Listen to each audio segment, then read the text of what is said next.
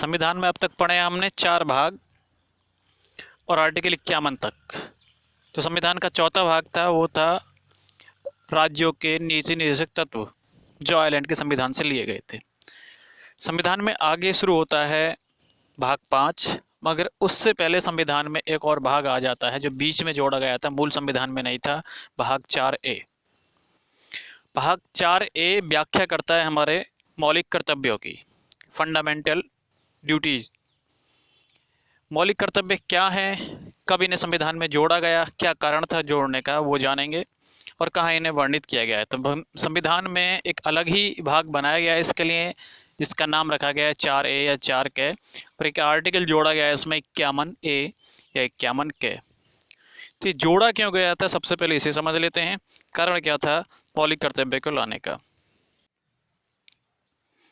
बात थी 1971 की।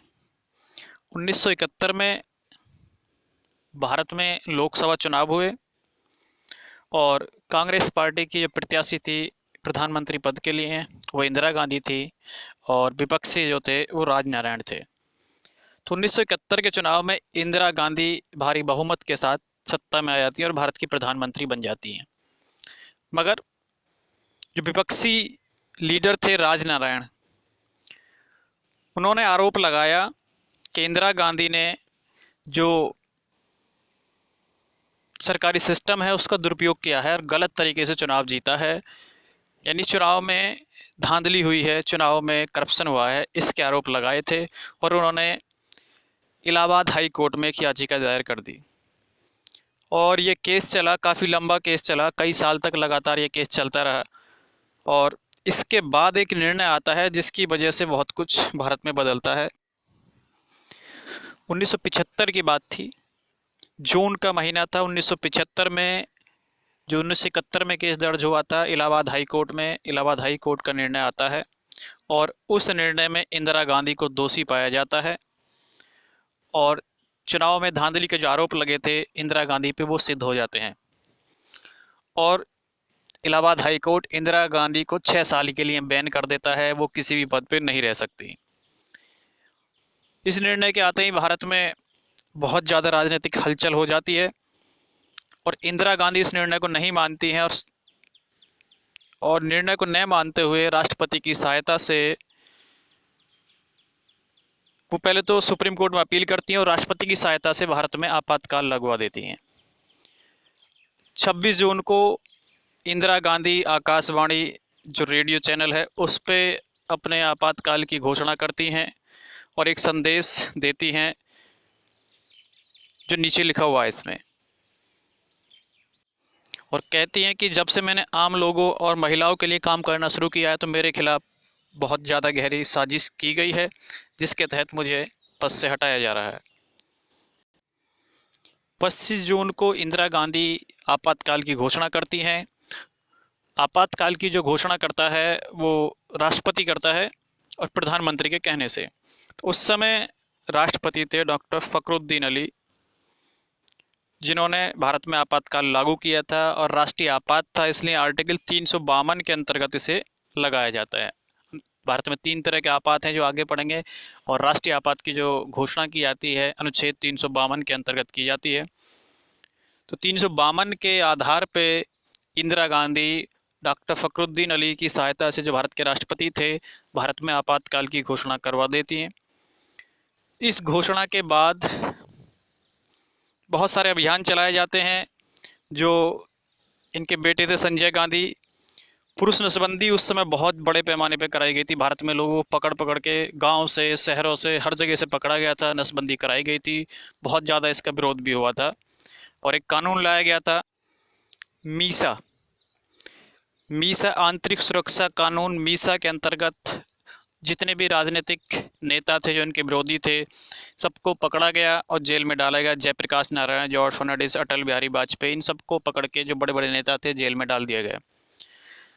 तो 1975 से आपातकाल लागू हो जाता है और 77 तक चलता है ये।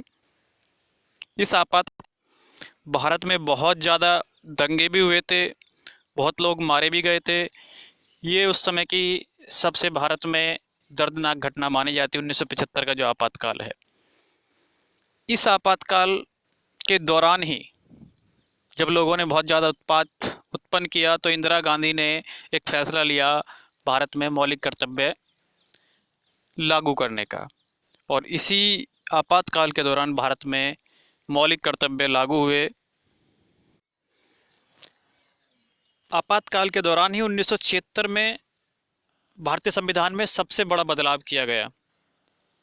1976 में संविधान का 42वां संविधान संशोधन हुआ था, जो मिनी संविधान के नाम से जाना जाता है। ये भारतीय संविधान का सबसे बड़ा संशोधन है। ये आपातकाल के दौरान ही हुआ था संविधान में। इसी संशोधन में मौलिक कर्तव्य को भी जोड़ा गया था 1976 में 42वें के द्वारा। क्या थे मौलिक कर्तव्य, वो अभी शुरू करने वाले हैं। 1976-77 तक आपातकाल था और आपातकाल के बाद दोबारा से इलेक्शन होते हैं और जो भारतीय जनता थी इंदिरा गांधी के खिलाफ खड़ी हो जाती है और चुनाव में बहुत ज़्यादा विरोध करते हैं सभी भारतीय इंदिरा गांधी का। और कांग्रेस पार्टी पहली बार आज़ादी के बाद से अब तक बुरी तरह से भारत में चुनाव हारती है और भारत में पहली गैर कांग्रेसी सरकार बनती है और भारत के पहले गैर कांग्रेसी प्रधानमंत्री मोरारजी देसाई बनते हैं 1977 में। इसका कारण था, कांग्रेस की सरकार बदलने का मुख्य कारण था 1975 का आपातकाल। जो 1975 में आपातकाल लगाया गया था वही सबसे बड़ी घटना थी, कांग्रेस की पार्टी की सबसे बड़ी हार होना।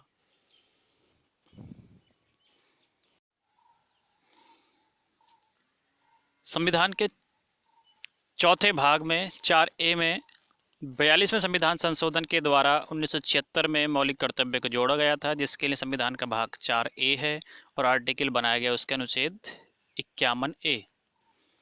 मौलिक कर्तव्य को रूस के संविधान से लिया गया था। रूस के संविधान से, ध्यान रखना है, इंपॉर्टेंट क्वेश्चन है ये। इसके लिए सरदार स्वर्ण सिंह कमेटी बनाई गई थी, इंपॉर्टेंट क्वेश्चन है। मौलिक कर्तव्य की रचना करने के लिए कमेटी बनाई गई थी सरदार स्वर्ण सिंह। उन्होंने सिफारिश की थी कौन कौन से मौलिक कर्तव्य होने चाहिए, यानी जो भारतीय नागरिक हैं वो उनके कर्तव्य क्या होंगे देश के प्रति।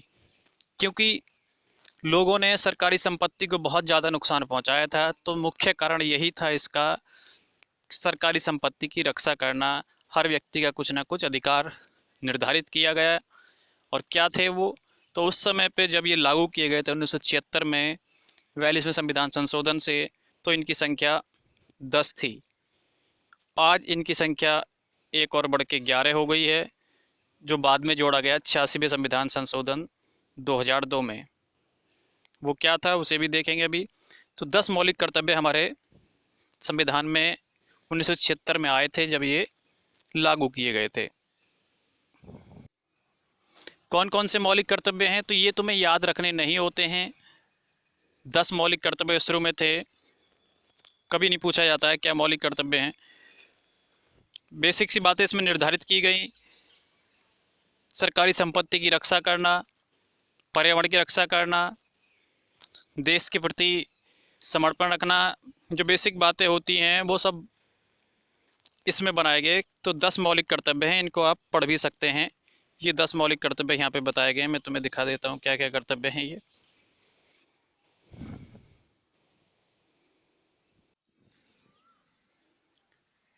पढ़ सकते हो इन्हें। और ये प्राइमरी की जितनी भी किताबें या जूनियर की जो सरकारी किताब होती हैं सभी के पीछे लिखे मिलेंगे तुम्हें, वहाँ से भी पढ़ सकते हो।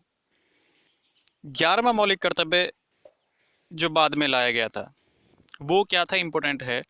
1986 में लाया गया था 11वां मौलिक कर्तव्य भारतीय, सॉरी 1986 नहीं, 86वें संविधान संशोधन से 2002 में लाया गया था। संविधान संशोधन था 86वां क्रम था और सन थी 2002। क्या किया गया था इस संशोधन से,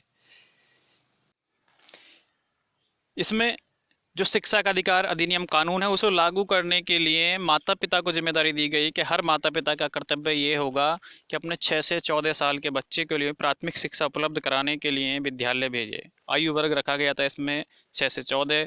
जो मुफ्त व अनिवार्य शिक्षा है प्राइमरी की उसके लिए हर माता पिता की जिम्मेदारी निर्धारित की गई कि उनका कर्तव्य होगा कि अपने बच्चे को प्राथमिक शिक्षा उपलब्ध कराने के लिए विद्यालय भेजें। तो ये कब लागू किया गया था, ये याद रखना है, 2002 संविधान संशोधन था 86वां। तो ये 11 कर्तव्य हैं जो आज हमारे संविधान में इस समय हैं। संविधान में शुरुआत में आए थे 1976 में, और जो 11वां कर्तव्य आया था वो 2002 में आया था 86वें संविधान संशोधन से। इसके आगे शुरू होता है भारतीय संविधान का भाग 5। भाग 5 संघ व्यवस्था के बारे में बताता है। जो पूरी केंद्रीय व्यवस्था है हमारी, भारतीय संसद, भारत का राष्ट्रपति, भारत का प्रधानमंत्री, संघ के अंतर्गत जितने पद आते हैं सब इसमें वर्णित हैं। सुप्रीम कोर्ट, महान्यायवादी और बाकी जितने भी इसके अंतर्गत आते हैं केंद्र सरकार के, वो सभी व्यवस्थाएं इसमें बताई गई हैं संविधान के भाग 5 में। और भाग 5 शुरू होता है भारत के राष्ट्रपति से। तो भाग 5 में क्या क्या है वो शुरू करते हैं। सबसे पहला आर्टिकल है 52वां आर्टिकल। 51 हम पढ़ चुके हैं, 51 नहीं पढ़ चुके हैं। इसके आगे आता है 52वां आर्टिकल। तो 52वां आर्टिकल बताता है कि भारत का एक राष्ट्रपति होगा। अनुच्छेद 52 में बताया गया है कि भारत का एक राष्ट्रपति होगा। अनुच्छेद 53 में बताया गया है कि संघ की कार्य शक्ति राष्ट्रपति में निहित होंगी। केंद्र सरकार की जो पावर है वो राष्ट्रपति से ही बनती है। अगर केंद्र सरकार या भारतीय संसद कोई कानून बनाती है तो उसे पावर तब मिलती है जब राष्ट्रपति उसे पारित कर देता है। तो संघ की सभी शक्तियां राष्ट्रपति में निहित होंगी। आर्टिकल 53 बताता है, 52 बताता है कि भारत का एक राष्ट्रपति होगा।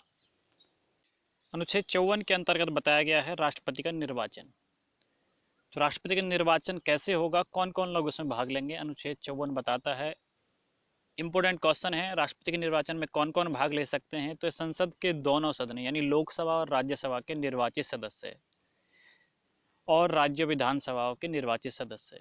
यहाँ पे ये ध्यान रखना है केवल इनके निर्वाचित सदस्य ही लिए जाते हैं, सभी सदस्य नहीं। क्योंकि लोकसभा में 2 मनोनीत सदस्य होते हैं तो वो इसमें वोट नहीं डाल सकते, और राज्यसभा में 12 मेंबर्स होते हैं मनोनीत जो राष्ट्रपति करता है, तो वो वोट नहीं डालेंगे। इन दोनों में निर्वाचित सदस्य। इसी तरह से विधानसभा में भी एक निर्वाचित सदस्य होता है, तो यहाँ भी वो वोट नहीं डाल सकता। तो ये भी याद रखना है कौन कौन वोट डालेंगे। लोकसभा, राज्यसभा और राज्य की विधानसभाओं के केवल निर्वाचित सदस्य इसमें वोट डालेंगे। और इसमें 2 केंद्र शासित प्रदेश भी शामिल किए गए हैं, दिल्ली और पांडुचेरी, क्योंकि दिल्ली और पांडुचेरी दोनों राज्यों में विधानसभाएं हैं। तो विधानसभा मेंबर इसमें पार्टिसिपेट करते हैं, इसलिए दिल्ली और पांडुचेरी को इसमें शामिल किया जाता है। बाकी सभी राज्य इसमें भाग लेते हैं राष्ट्रपति के चुनाव में। आर्टिकल 55 रीति क्या अपनाई जाती है राष्ट्रपति चुनाव की, ये बताता है किस तरह से उसका चुनाव होता है। राष्ट्रपति के चुनाव के लिए जो प्रक्रिया अपनाई जाती है उस प्रक्रिया का जो नाम है, एग्जाम में पूछा जाता है, तो उसे कहते हैं अनुपातिक प्रतिनिधित्व प्रणाली, एकल संक्रमण मत प्रणाली। गुप्त मतदान होता है और अप्रत्यक्ष रूप से होता है। अप्रत्यक्ष क्यों होता है, क्योंकि इसमें आम जनता भाग नहीं लेती है। जनता के द्वारा चुने गए जो मेंबर्स होते हैं वो इसमें वोट करते हैं गुप्त तरीके से। और पद्धति का नाम है अनुपातिक प्रतिनिधि प्रणाली, एकल संक्रमण मत प्रणाली। क्या होता है इसमें, इसमें जब तुम वोट देने जाओगे, जो भी मेंबर इसमें वोट देने जाते हैं, तो वो मान लिया 3 कैंडिडेट खड़े हुए हैं तो तीनों को वोट कर सकता है। इसमें चॉइस फिल की जाती है कि हमें सबसे ज़्यादा जो पसंद है उम्मीदवार, उसके लिए हम 1 लिख सकते हैं। उसके बाद जो 2 मेंबर है दूसरे के लिए 2 और तीसरे के लिए 3। जिसके आगे तुमने 1 लिखा है उसकी वैल्यू ज़्यादा होगी, 2 की वैल्यू कम और 3 की और कम होगी। तो इसका मतलब इसमें वरीयता दी जाती है सीधा। जैसे कि बाकी चुनाव में वोट होता है कि जो उम्मीदवार तुम्हें पसंद है उसके आगे मोहर लगाओ या बटन दबा के, इस तरह का नहीं होता। इसमें एक तरह से वरीयता क्रम दिया जाता है। तो राष्ट्रपति का चुनाव अप्रत्यक्ष होता है, गुप्त मतदान होता है, एकल संक्रमण मत प्रणाली से होता है। और भाग लेते हैं इसमें राज्यसभा, लोकसभा और राज्य विधानसभाओं के निर्वाचित सदस्य। वोट वैल्यू भी अलग अलग होती है इसमें। जो सांसद होते हैं उनकी वोट वैल्यू ज़्यादा होती है, और जो विधायक होते हैं राज्यों से उनकी वोट वैल्यू कम होती है। मतलब कि अगर एक सांसद वोट करेगा तो उसकी वैल्यू ज़्यादा आएगी, उसे ज़्यादा अंक मिलेंगे, और एक विधायक वोट करेगा तो उसे कम अंक मिलेंगे। वो कैसे बनती है वोट वैल्यू, वो इंपॉर्टेंट है। जनसंख्या के आधार पर बनती है। एक विधायक के मत का मूल्य हो जो होता है वो कितना होता है, एग्जाम में पूछ लिया जाता है। तो विधायक के मत का मूल्य निकालते हैं राज्य की कुल जनसंख्या और भाग देते हैं विधानसभा के निर्वाचित मेंबर्स गुणा 1000। फॉर्मूला दोबारा से सुन लें। फॉर्मूला बनता है एक विधायक के वोट वैल्यू का राज्य की कुल जनसंख्या बटे विधानसभा के निर्वाचित सदस्य गुणा 1000। नोट कर सकते हैं इस फॉर्मूले को, इंपॉर्टेंट है। तो इस तरह से निकल के आती है एक विधायक की वोट वैल्यू। सांसद की जो वोट वैल्यू वो कैसे निकलती है, तो सांसद की वोट वैल्यू निकालने के लिए सभी राज्यों के विधायक का कुल मत मूल्य और संसद में निर्वाचित सदस्यों की संख्या, कुल संख्या ली जाती है यहाँ पे जो निर्वाचित सदस्य संसद में दोनों सदनों के। दोबारा से समझ लें इस फॉर्मूले को। फॉर्मूला है सभी राज्यों के विधायक का कुल मत मूल्य बटे संसद में सदस्यों की कुल संख्या, निर्वाचित मेंबर्स, मनोनीत नहीं, केवल निर्वाचित लिए आएंगे। तो ये दोनों फॉर्मूले एग्जाम में पूछे जाते हैं, सांसद की वोट वैल्यू का भी और विधायक की वोट वैल्यू का भी, कितनी कितनी वोट वैल्यू कैसे। आर्टिकल 58 बताता है राष्ट्रपति की योग्यताएं क्या होती हैं। कोई कौन व्यक्ति राष्ट्रपति का उम्मीदवार बन सकता है, राष्ट्रपति पद का चुनाव लड़ सकता है। तो वो भारत का नागरिक हो, जो जरूरी योग्यता है 35 साल की आयु पूरी कर चुका हो। इंपॉर्टेंट क्वेश्चन है, राष्ट्रपति के लिए न्यूनतम आयु सीमा है 35 साल, कार्यकाल होता है 5 वर्ष का, और लोकसभा का सदस्य निर्वाचित होने के योग्य हो, और किसी भी लाभ के पद पे धरना हो, पागल दिवालिया ना हो। ये सभी योग्यताएं हर किसी पद के लिए लागू होती है। तो कोई पद धारण नहीं करना चाहिए और लोकसभा का मेंबर्स बनने के योग्य होना चाहिए। 35 साल की आयु जरूरी है। इसके अलावा एक इम्पोर्टेंट और चीज़ें निर्धारित की गई है।